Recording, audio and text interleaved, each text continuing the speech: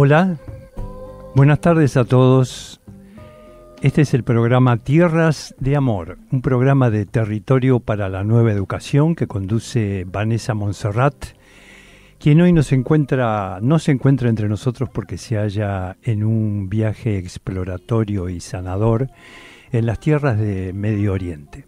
Por lo tanto, yo, Gerardo Fabri, fui invitado, docente y director teatral, a hablarles un poco, conducir el programa de hoy de Tierras de Amor, y voy a explayarme un poco en mi tema preferido, el cual es el teatro sanador, el metateatro o sentido sagrado del teatro. Es una tarde muy hermosa ahora en Buenos Aires, la hora de los pájaros, son las 6 de la tarde, saludos a todos y todas. Voy a empezar con mi tema. En los principios, cuando todo estaba comenzando, el teatro era algo bien distinto a una situación estética, a una situación de espectáculo y de crítica, sino que era algo muy necesario y muy ligado con la salud y el bienestar individual y colectivo. Situaciones de develamiento y asombro que se sucedían como cosa necesaria para el despertar de la conciencia. Posteriormente, era una época del teatro donde no había sido institucionalizado. Posteriormente, al igual que las religiones, se produjo la institucionalización del mismo. Y empezaron a suceder otras cosas como la noción de divertimiento, entretenimiento, al igual que todas las artes. El teatro, en un sentido no espectacular, sino profundo y por supuesto siempre de orden terapéutico, sucede hasta el día de hoy. Nunca fue popular ni lo va a ser seguramente porque no hay tiempo realmente para dedicarse a eso. Y las artes distractivas en nuestra urgente vida cotidiana nos ganan con su zapping el poco tiempo que tenemos para calmarnos un poco y dedicarnos a nosotros mismos. Yo soy un adicto total a ese tipo de teatro, el cual empecé a practicar desde muy joven cuando ingresé a la escuela de teatro, y fue el motivo de la salud el que me llevó a practicar teatro. Esto es algo que los artistas en determinado momento descubren, a veces los médicos también descubren el valor terapéutico del teatro.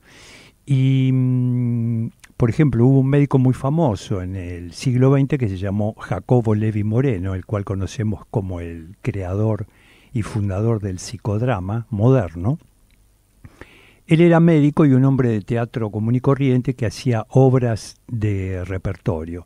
Y en determinado momento, en 1921, explorando con los actores, empezó a ver cómo el teatro, la práctica teatral, modificaba a determinadas cosas de ciertas personas y realmente descubrió, el ser médico por supuesto que le ayudó, el buscar la salud como tema principal en su vida, le ayudó a descubrir esto y fue elaborando poco a poco desde un teatro de repertorio, pasó a ser lo que llamó el teatro espontáneo y terminó años más tarde sintetizando lo que hoy conocemos ampliamente como psicodrama. Hubo otros artistas conocidos, por ejemplo Alejandro Jodorowsky, el cual notoriamente pasó por el mismo camino, comenzó con obras de repertorio y se transformó descubriendo el teatro terapéutico en sus investigaciones autóctonas, personales, y se dedicó ampliamente luego después a este tipo de teatro hasta llegar al teatro consejo y al psicoyamanismo posteriormente y a los actos de psicomagia. Realmente el misterio del teatro, lo que lo hace maravilloso y su rareza es que se realiza con el cuerpo mismo con el que practicamos la vida cotidiana. Entonces, como el arte teatral, al volverse sobre sí mismo, tiene sus misterios, y desde los juegos de niño, que ya son mágicos de por sí, ya adultos empezamos a descubrir un bienestar que nos acude cuando la noción estética no nos perturba, ni monetaria menos. Entonces, advertimos simplemente lo que se denomina metateatro, determinadas cosas que he descubierto en mi camino. Soy docente y director de una agrupación que se llama Teatro para el Despertar, con el cual realizo diversas propuestas que tienen este fin último de un teatro sanador, xamanístico, terapéutico en sí mismo. Variar de conducta. Si hay algo que los seres humanos, a mi entender, necesitamos para mejorarnos, es salir de las mecanicidades propias. Variar de conducta es algo que hacemos en las fiestas, que hacemos con los amigos. Entonces, cuando esas máscaras que nos ponemos, cuando nos aflojamos un poco, cuando esto llega a practicarse de una manera metódica, regulada, como puede ser en un seminario extensivo o en las clases habituales, el variar de conducta es algo necesario porque desenvuelve los arcanos que tenemos dentro. Si hay algo que los seres humanos tenemos, es presión de variedad. Algo nuestro, por eso nos gusta tanto viajar. Algo nuestro nos pide cambiar de situación, conocer otras personas, ocupar otros roles, variar de personalidad.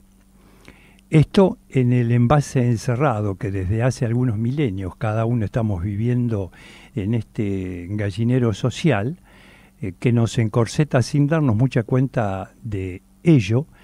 El variar de conducta, cada vez que mínimamente lo podemos experimentar, comenzando por simplemente las fiestas o despedidas de soltero, nos hace bien.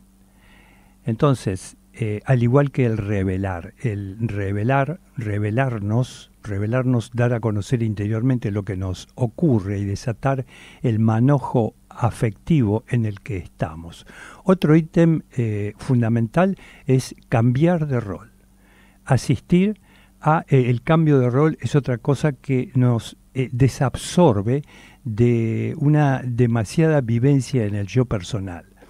Si hay algo al que debemos agradecer es al antiquísimo descubrimiento de cambiar de rol. Cambiar de rol es, por supuesto, ocupar el rol del otro, ver a otras personas que hacen de nosotros mismos, y esto es sanador porque nos desabsorbe del ensimismamiento en nosotros mismos. Otra de las cosas fundamentales es reactuar. Así se llama reactuar cuando uno vuelve a actuar escenas que ya vivió de la propia vida. A veces se realiza esto de manera metódica, pero cada vez que uno vive, como bien la ciencia moderna desde hace pocos años lo viene demostrando, cada vez que uno vive, se acuñan en el cuerpo moléculas particulares. El cuerpo es memoria, energía que se queda, sea que uno viva en situación de felicidad o no. El cuerpo acumula determinadas moléculas literalmente que se fijan en zonas del cerebro, de la médula espinal y en todas las partes del cuerpo. Entonces esas moléculas, sea tanto para bien o para mal, condicionan lo que vamos a vivir. Pero como nos interesa sentirnos bien y de ahí nos interesan los traumas, las dificultades que podemos transitar, las cuales en estos tiempos del mundo son inevitables, reactuar lo vivido es lo que libera, porque esas moléculas que han quedado fijas en zonas del cuerpo, al verlas, no solamente mediante las palabras, sino esta vez con todo el cuerpo, movilizándolos mediante una situación teatral, esas moléculas estancadas cobran un poco, se desempolvan y empiezan a desenquistarse y van paulatinamente con un trabajo disciplinado, liberándonos poco a poco. Hay un tema muy interesante que desde hace unos 30 años se viene estudiando y que modernamente se llama moléculas de emoción. Son estudios que sobre todo en Norteamérica, que se vienen realizando a partir de la psiconeuroinmunología, que confirman antiguas prácticas y pensamientos de chamanes muy antiguos, de médicos de todas las regiones del mundo, donde el psicodrama, cuando no tenía este nombre moderno, era practicado el teatro para producir libertad personal, bienestar. Y la ciencia moderna, a través de las moléculas de emoción, ha venido descubriendo y midiendo con esos aparatos que se le han metido en el cuerpo y con estudios minuciosos a nivel atómico, de cómo el pensar y el sentir, cuando pensamos y sentimos, segregamos moléculas que se llaman péptidos y que se alojan en el cuerpo, en el cerebro, en todo el sistema nervioso y en todo el cuerpo, mediante receptores que tienen todas las células del organismo. Cada vez que pensamos y sentimos, se segregan moléculas que buscan receptores que están en la superficie de todas las células del cuerpo y se quedan ahí fijas, para bien o para mal, prefijando nuestras conductas actuales.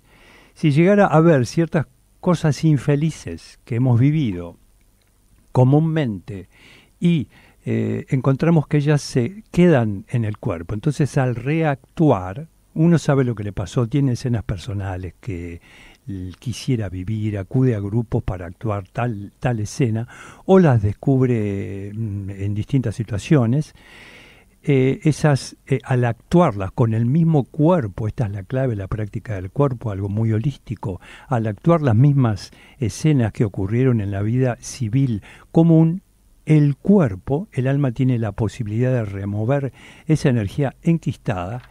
Y ahí quedamos más liberados y típicamente salimos mejor, no sabemos qué pasa, pero tenemos como un insight, algo se nos liberó, y es que esas moléculas se desempolvan y quedan como más flotables.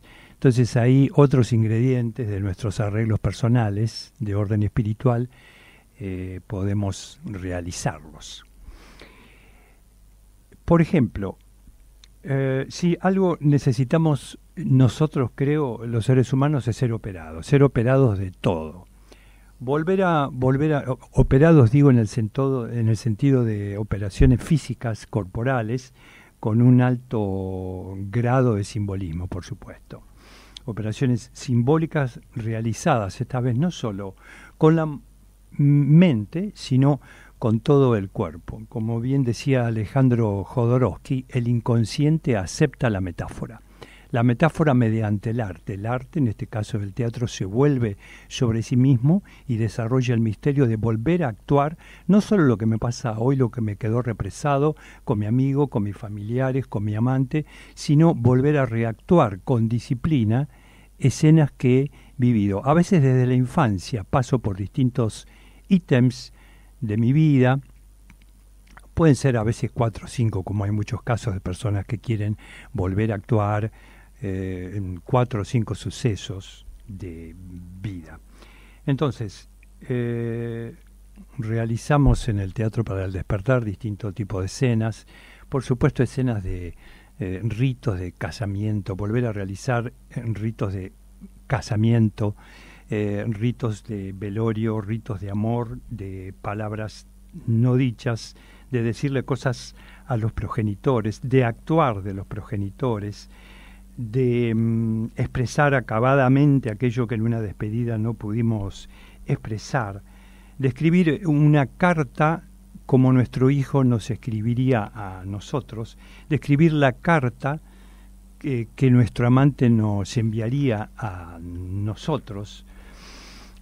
Volver a actuar, por supuesto, el engaño de tu novio o muchacha que en la adolescencia dijo ya vuelvo en el bar, pero como no venía fuiste y lo encontraste en el baño de los varones, te metiste, abriste la puerta del closet y lo viste él haciendo el amor sobre la taza con tu mejor amiga sentada sobre él. Ese beso de niño que te perdiste a la chica de la verdulería, los elogios que me gustaría recibir, por ejemplo, hacer una lista de elogios que quiero recibir y hacer filas, sentarse, por ejemplo, en una mesa, y bueno, una larga fila de personas, de participantes donde vienen a decirte algo que vos quisieras oír. Por ejemplo, vienen a decirte lo que vos no querés oír de vos mismo, lo has escrito, se lo das a las personas y todos en fila como si fuesen a un casting para tal cosa, van a decirte y vos mirándolos porque tus oídos tienen ganas de escuchar eso, que es lo que más rechazás, pero ellos con disciplina están formados ahí y vienen a decirte uno por uno, lo dicen y se retiran y te dicen eso que vos no querés oír. Esto resulta en las prácticas algo hermoso porque por supuesto motiva risas del parte del que recibe esta lluvia de verdades y se produce por supuesto una integración. Lo mismo con los elogios. Uno escribe algo raro que es los elogios que me gustaría recibir. Son todas cosas represadas que hace muy bien oírlas y que tienen el motivo, como decía, medido por la ciencia, de las moléculas de emoción, de desenquistar aquellas moléculas acuñadas que molestan hasta el día de hoy. Eso es lo maravilloso del teatro, que al hacerlo biológicamente con todo el cuerpo colaboro holísticamente y no se queda solo en la mente. Es como cuando hago gimnasia, cuando corro, hago deporte, todo el cuerpo está en movimiento.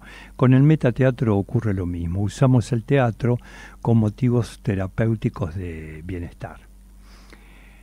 Recuerdo una vez una mujer mayor, llamémosla Esther, que hicimos un trabajo de 4 escenas fundamentales que él quería vivir en su vida. Lo voy a contar brevemente porque estábamos todo un grupo y preparamos por 15 días todo un teatro para ella. Ella, una mujer ya grande, y bueno, no sentía que no había sido deseada por su mamá. En su hogar no se sintió deseada y de niña de muy niña tenía ese instinto de que él no pertenecía a ese lugar. Entonces diagramamos 4 escenas muy sencillas. En la primera escena la madre de ella le habla a ella embarazada.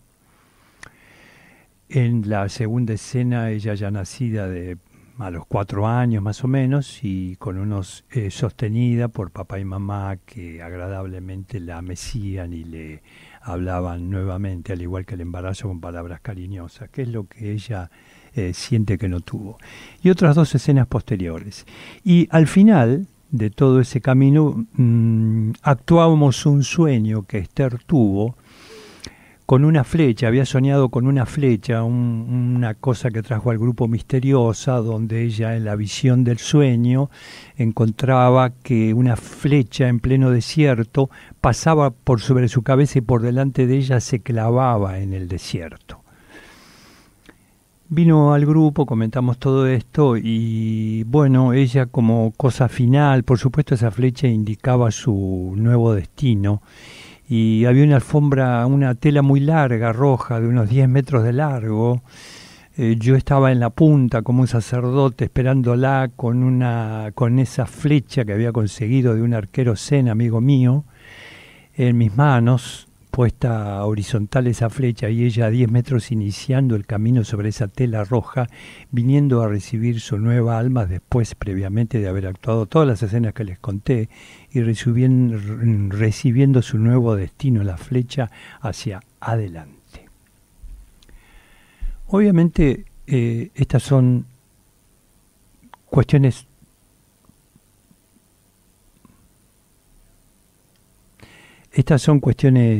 prácticas que realizamos. Recuerdo también una mujer de unos 40 años que tenía muchos deseos de volver al velorio de un amante que había fallecido hacía muy poco, que la choqueó tanto porque fue instantáneamente, ella no estaba presente en ese momento. Y bueno, quiso volver al velorio porque el shock no te deja mucho tiempo de pensar. Entonces en clase hicimos nuevamente el ataúd del velorio y ella se pudo expresar. Y así muchas actividades que vivimos y que van demostrando nuestra resistencia a reactuar es grande, solo para pocas personas que entienden ese tipo de terapéutica, con la cual uno se siente muy feliz. Artistas y médicos, el siglo XX fue el único, el más prolífico, por supuesto, del glorioso siglo XX hasta ahora, donde hubo muchos hombres de teatro y médicos que se dedicaron al metateatro, es decir, al uso del teatro y estas técnicas con motivos terapéuticos.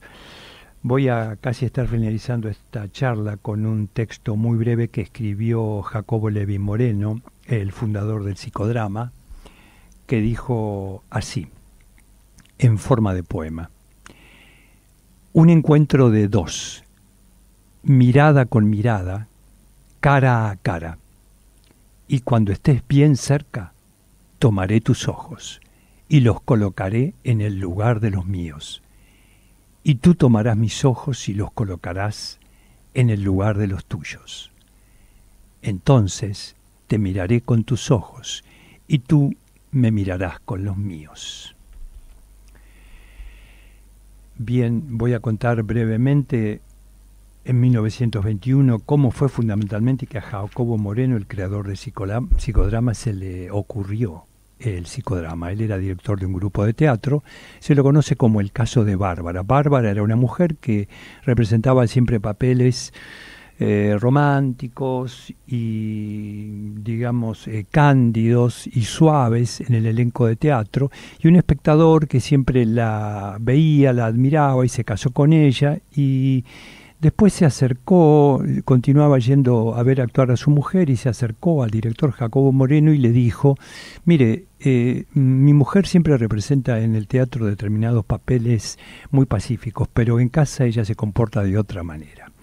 Jacobo Moreno, entonces, muy atento a esto, no se había dedicado al teatro terapéutico aún, aunque era médico ya, le empezó a dar a esta mujer Bárbara papeles muy distintos, variados, y también incluyó a su esposo para que actúe con ella y con otros actores. El resultado fue un cambio notorio en la vida hogareña de Bárbara, lo que lo hizo a Moreno reflexionar bastante, y a partir de eso, curioso como era por la salud, empezó a ir descubriendo las leyes de lo que llamó el teatro terapéutico o el psicodrama.